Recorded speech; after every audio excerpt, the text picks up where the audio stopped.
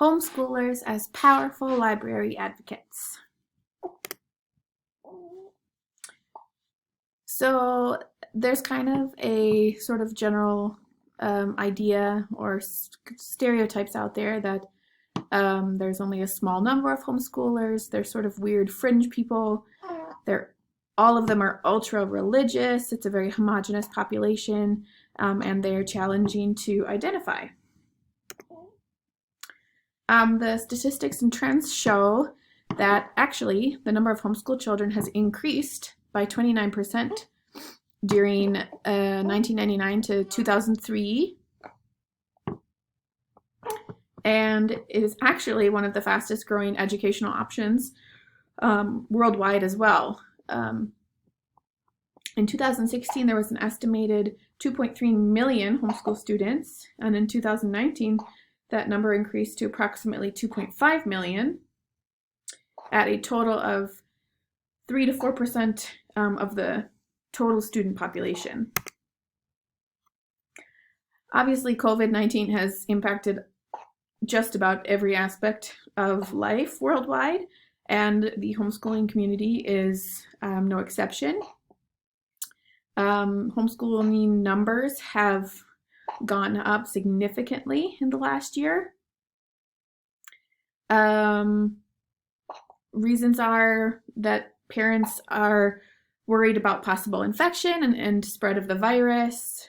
They're not satisfied with remote or hybrid learning offerings.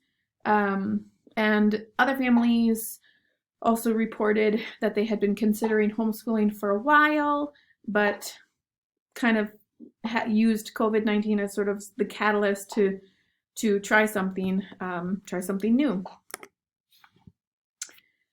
Demographics and diversity. While certain stereotypes still persist, the homeschooling community really has seen an increase in diversity. It's not just a white religious population anymore.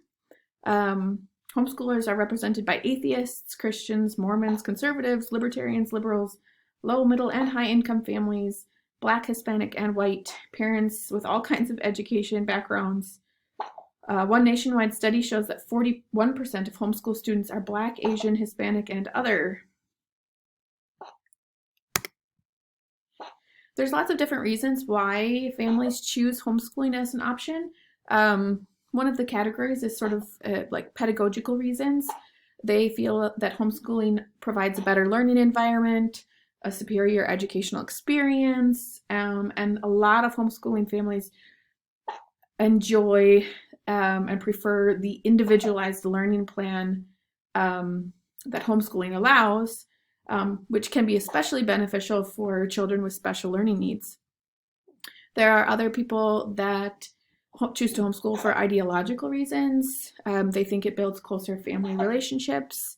They're able to teach certain beliefs and values, and some believe that it creates a safer environment for children and youth because of the physical violence, drugs, alcohol, psychological abuse, racism, and improper or unhealthy sexuality associated with institutional schools. A lot of families will homeschool for a mix between pedagogical and ideological reasons. Why is this important? Whether or not the numbers stay high or retreat back to pre-pandemic rates, the research does show that nearly 80% of homeschoolers use public libraries as an educational resource, and this unique population deserves to be represented in library programs and the library collection. There are some common librarian concerns. That homeschool families are difficult to identify. Sometimes staff has bias towards homeschool families. They're worried about censorship. They're worried about heavy checkouts, lack of time or energy for programs. They don't want unsupervised kids and are worried about heavy interlibrary loan use. Despite the many concerns, though, and obstacles, there are librarians across the country that are experiencing great success with programming and outreach to the homeschool community.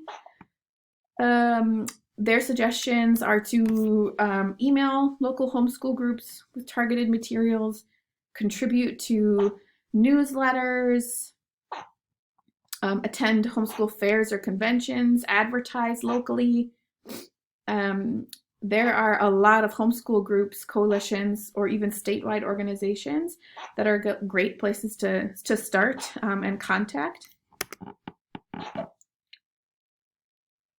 Librarians also suggest creating volunteer teen programs, book clubs, technology programs, having an in-library and website resource area specific to homeschool needs, hosting tours and groups and fairs, providing curriculum kits as an excellent resource to support homeschoolers, or collection service.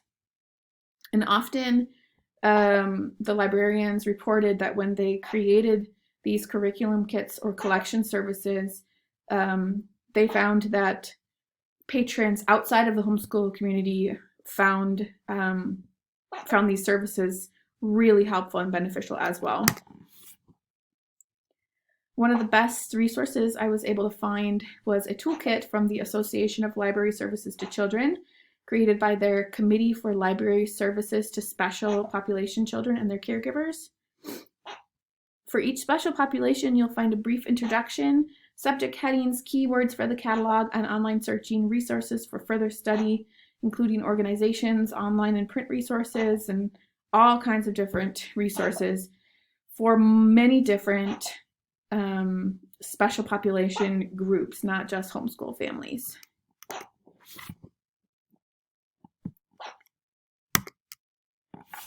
All the librarians from the various articles that I found agreed that reaching out to the homeschool community might have its challenges, just like reaching any community, but when done so, homeschoolers provide just as much in return for the library, and they enrich the library and can actually be very powerful advocates for the library in the community.